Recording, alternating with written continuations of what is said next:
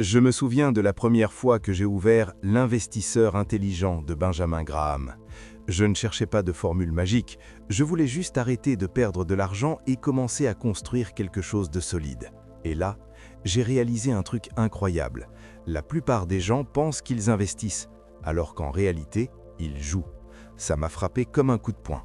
Alors je me suis plongé dedans et l'approche de Graham a complètement changé ma façon de voir l'argent. Il m'a appris la différence entre prix et valeur, quelque chose que je n'avais jamais vraiment compris avant.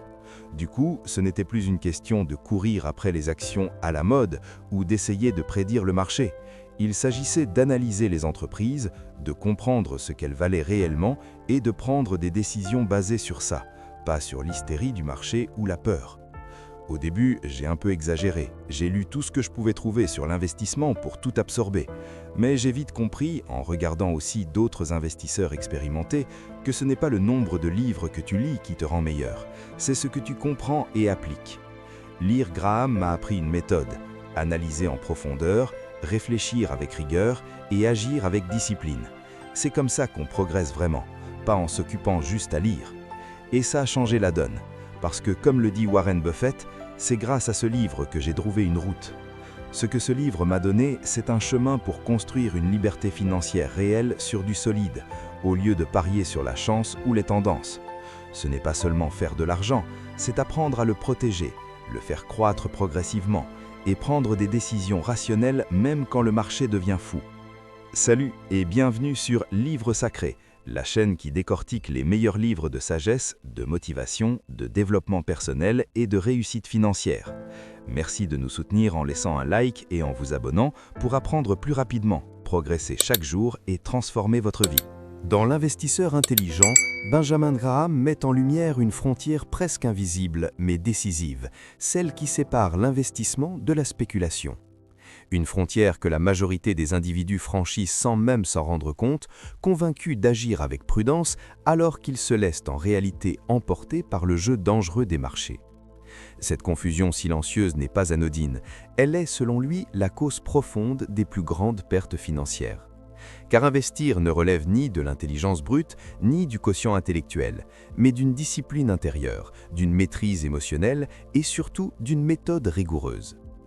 Dans cette vision, investir devient un acte presque austère, dénué d'impulsivité, construit sur une logique de sécurité. L'investisseur véritable ne se laisse pas séduire par les rumeurs ou les opportunités faciles. Il observe, analyse, dissèque. Là où la foule ne voit qu'un prix fluctuer, lui perçoit une réalité concrète, une entreprise avec ses actifs, ses revenus, sa solidité. Acheter une action, ce n'est pas suivre une tendance, c'est acquérir une part d'un organisme vivant comme on achèterait une épicerie dont on cherche à comprendre la valeur réelle, au-delà de son apparence. Cette approche impose une règle fondamentale, éviter la perte avant même de rechercher le gain. C'est ici qu'intervient la notion centrale de marge de sécurité, cette distance protectrice qui permet d'absorber l'erreur inévitable sans en subir les conséquences fatales. Car si l'erreur fait partie du jeu, la perte durable, elle, peut être contenue par la prudence.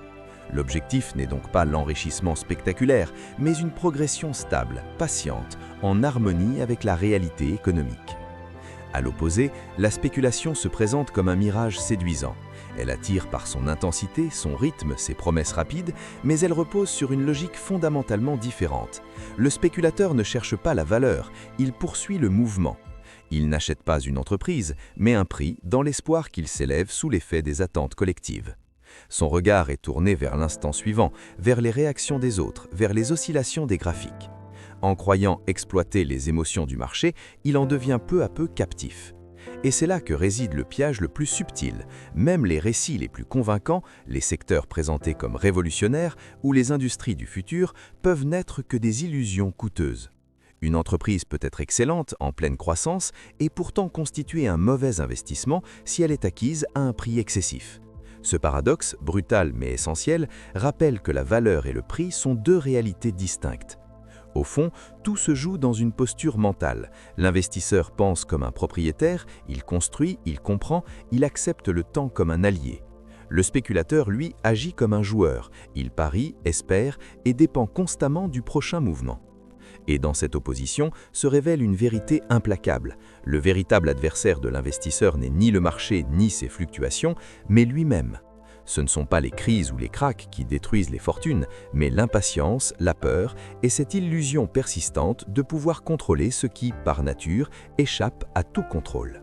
Benjamin Graham donne vie à une métaphore devenue légendaire, celle de Mister Marché, ce partenaire imaginaire qui, sous des airs serviables, peut devenir le plus dangereux des compagnons, si on lui accorde trop d'importance.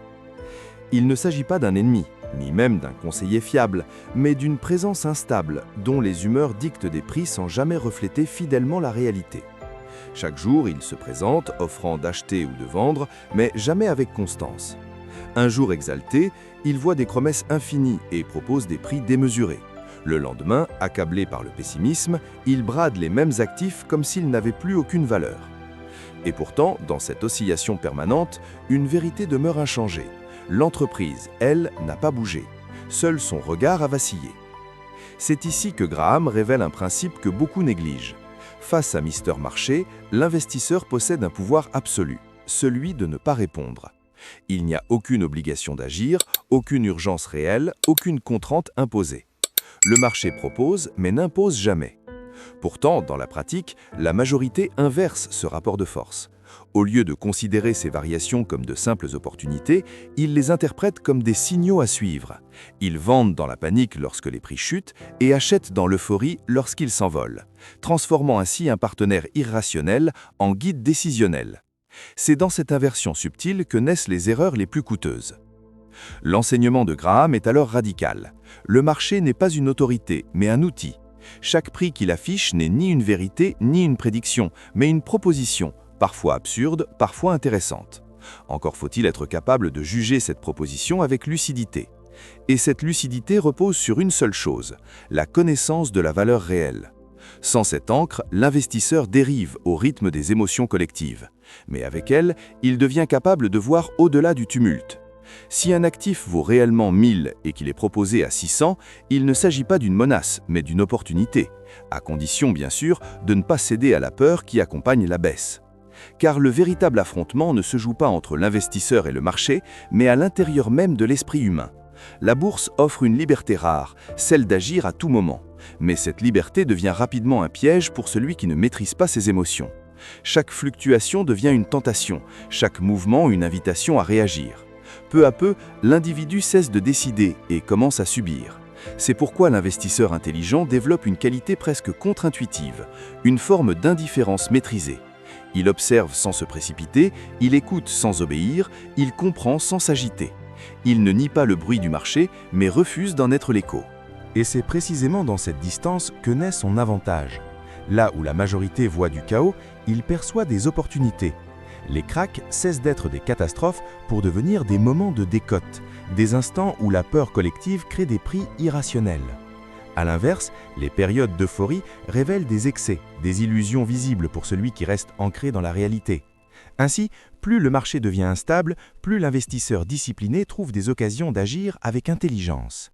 Cette vision, profondément contre-intuitive, trouve un écho chez Warren Buffett, le plus célèbre héritier intellectuel de Graham, qui rappelle avec simplicité une vérité exigeante. Si l'on n'est pas capable de supporter des baisses importantes sans céder à la panique, alors on n'est pas prêt à affronter la nature même des marchés. Car au fond, l'avantage décisif ne réside ni dans la capacité à prédire l'avenir, ni dans l'accès à une information privilégiée, mais dans cette faculté rare de rester lucide lorsque tout le monde perd pied, et de traiter le marché non comme un maître à suivre, mais comme un serviteur à exploiter. Au cœur de l'investisseur intelligent, Benjamin Graham dévoile une idée d'une simplicité presque trompeuse, mais d'une puissance redoutable, la marge de sécurité. Une idée discrète, presque invisible, et pourtant capable de préserver une fortune entière. Tout commence par une prise de conscience essentielle. Le prix n'est pas la valeur. Ce que le marché affiche à un instant donné n'est qu'une opinion fluctuante, alors que la valeur intrinsèque repose sur une réalité plus profonde, faite d'actifs, de revenus et de solidité économique. Entre ces deux dimensions se crée un écart, un espace souvent négligé, mais qui, pour l'investisseur discipliné, devient un véritable bouclier. Graham illustre cette idée avec une image frappante, celle d'un pont conçu pour supporter bien plus que ce qu'on lui impose réellement, non par excès de prudence, mais par intelligence face à l'imprévisible. Investir suit la même logique. Il ne s'agit pas d'acheter une entreprise à son prix estimé, mais d'attendre qu'elle soit proposée avec une décote suffisante, comme si l'on exigeait une marge de sécurité avant de s'engager. Ce décalage volontaire crée une zone de protection invisible, capable d'absorber les erreurs de jugement, les imprévus économiques et les chocs inattendus. Car une vérité s'impose, l'erreur est inévitable, même l'analyse la plus rigoureuse peut échouer. Mais la perte durable, elle, peut être évitée lorsque l'on refuse de s'approcher trop près de la limite. Dans cette perspective, la marge de sécurité ne cherche pas à prédire l'avenir, car l'avenir, par nature, reste enveloppé d'incertitudes. Crise, bouleversements technologiques, événements inattendus, aucun modèle ne peut tout anticiper. Mais là où la prévision échoue, la protection prend le relais. C'est une approche qui ne repose pas sur la certitude, mais sur la résilience. Et lorsqu'elle est appliquée non pas à un seul investissement, mais à un ensemble, elle révèle une force encore plus profonde.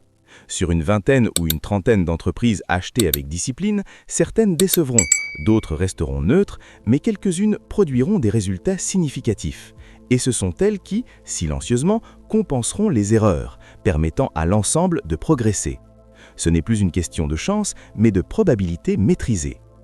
Graham insiste également sur une confusion fréquente, souvent à l'origine de décisions irrationnelles. La différence entre une baisse de prix et une perte réelle. Une fluctuation à la baisse n'est qu'un mouvement du marché, un reflet temporaire de l'humeur collective, un simple écho des caprices de ce fameux Mr. Marsh.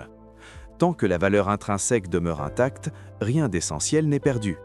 Le véritable danger réside ailleurs, dans la perte permanente, celle qui survient lorsque l'on paie trop cher, sans protection, et que la réalité ne justifie jamais ce prix initial. Dans ce cas, le marché ne corrige pas une erreur passagère, il révèle une erreur fondamentale. Ainsi, la marge de sécurité dépasse largement le cadre d'une simple technique financière. Elle devient une posture mentale, une forme d'humilité face à la complexité du monde. Elle suppose d'accepter ses limites, de reconnaître que l'on ne peut ni tout savoir ni tout contrôler et que le marché peut rester irrationnel bien plus longtemps qu'on ne l'imagine. L'investisseur intelligent ne cherche pas à avoir raison à chaque décision, il cherche à survivre à ses erreurs, à éviter celles qui pourraient être irréversibles. C'est cette discipline qui transforme radicalement son rapport à l'investissement. Car à cet instant précis, tout change de nature. Sans marge de sécurité, l'individu se rapproche du joueur, exposé aux aléas et aux illusions. Avec elle, il devient bâtisseur, ancré dans une logique de construction progressive. Il quitte le terrain du hasard pour entrer dans celui des probabilités.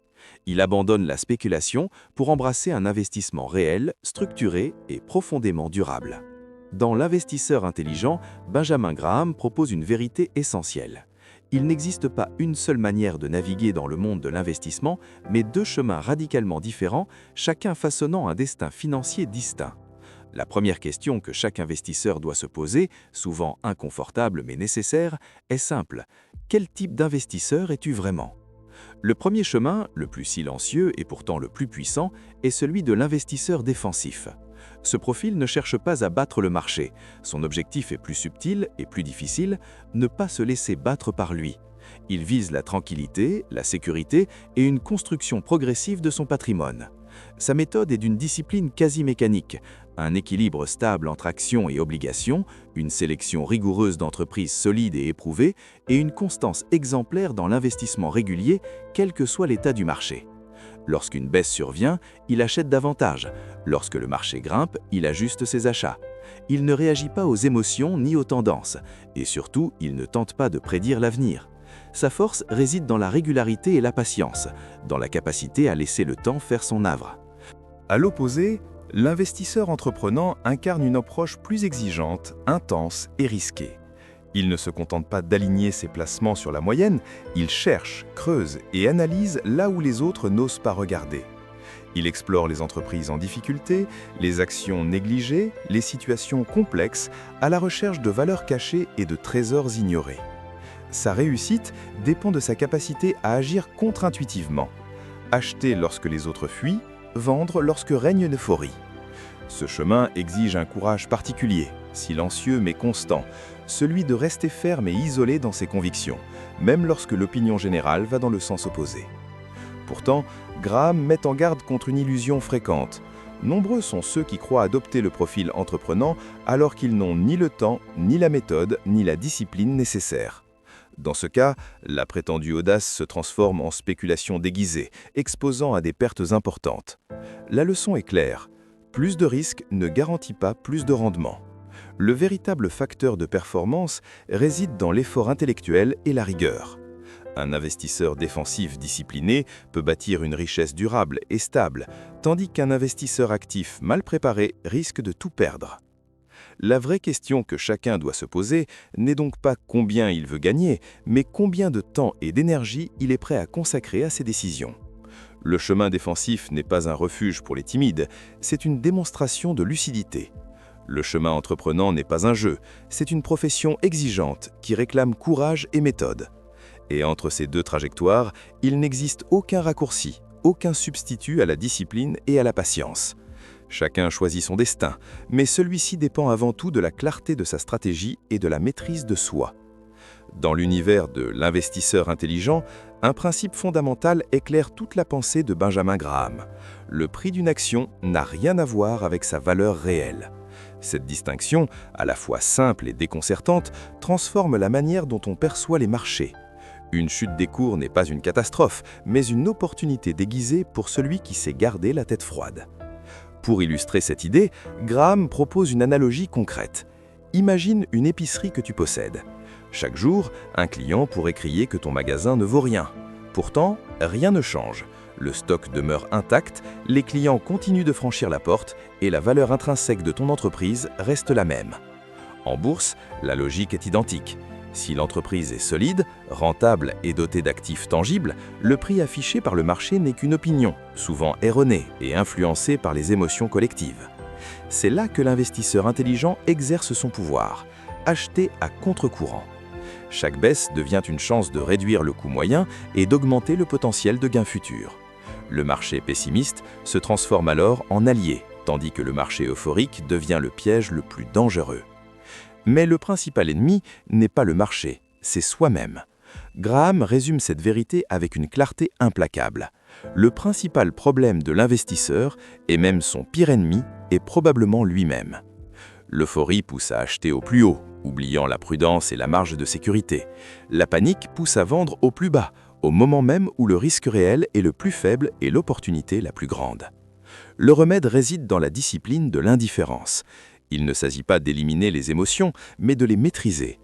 Graham recommande de ne pas vérifier ses actions quotidiennement, voire seulement une fois par an, et de suivre un plan rigoureux comme un portefeuille équilibré à 50% actions et 50% obligations.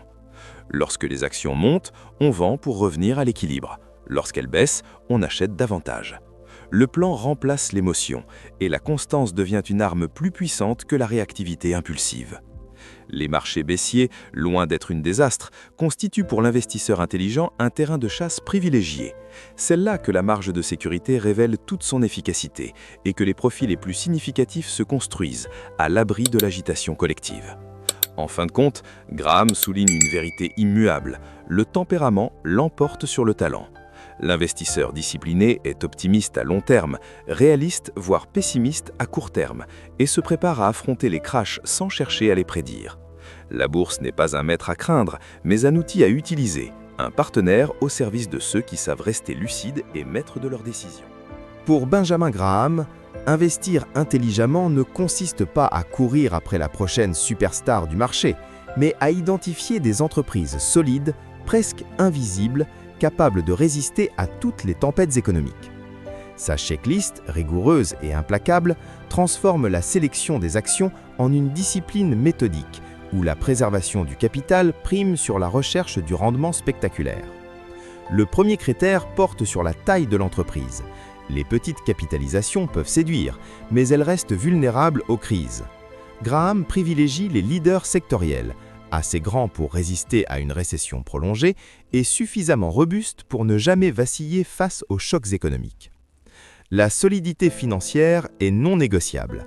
Une entreprise industrielle doit présenter une liquidité générale solide, les actifs courants au moins 2 fois supérieurs aux dettes courantes, et une dette à long terme maîtrisée, ne dépassant jamais le capital circulant net. L'idée est simple, même si l'activité se ralentit temporairement, l'entreprise doit survivre, intacte et opérationnelle.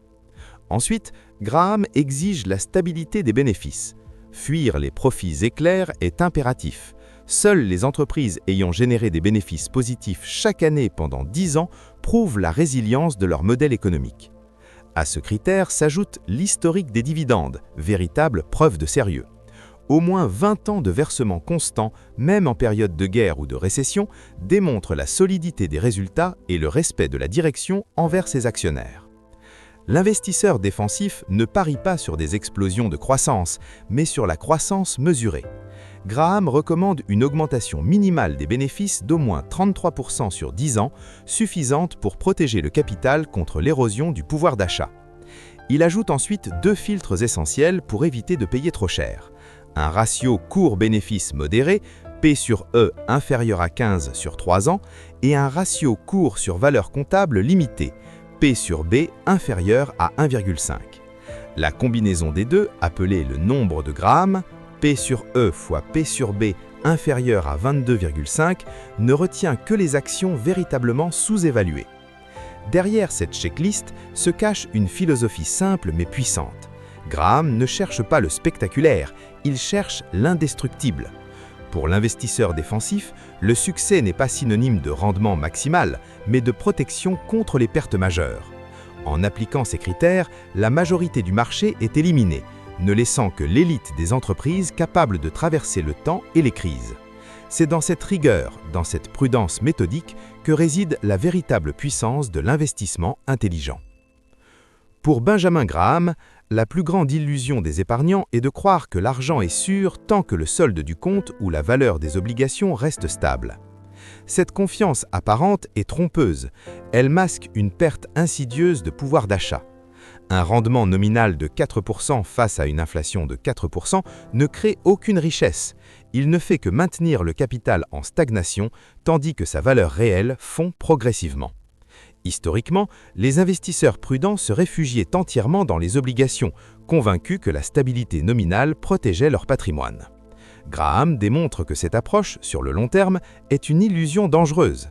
C'est pourquoi il recommande d'inclure des actions solides dans un portefeuille défensif.